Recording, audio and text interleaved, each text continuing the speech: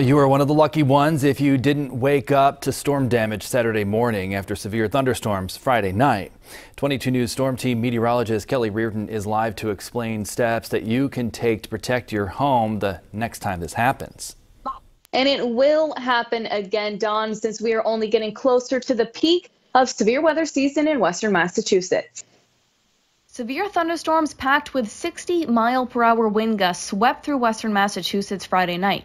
By Saturday morning, many local residents woke up to trees scattered across their yards and, for some, on their houses.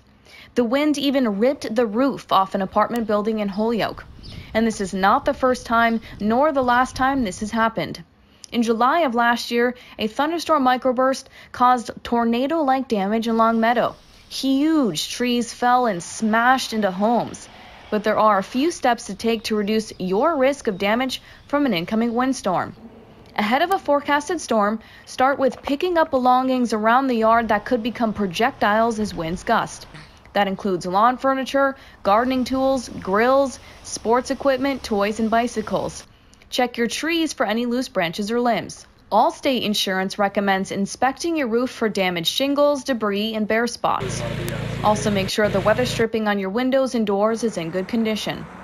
If an incoming storm is forecast to be particularly strong, make sure to document the high-value items in your house for your insurance company, as well as any recent renovations. The good news is we are not expecting any strong storms in the coming days. Working for you in my at-home studio, I'm 22 News Storm Team meteorologist Kelly Reardon.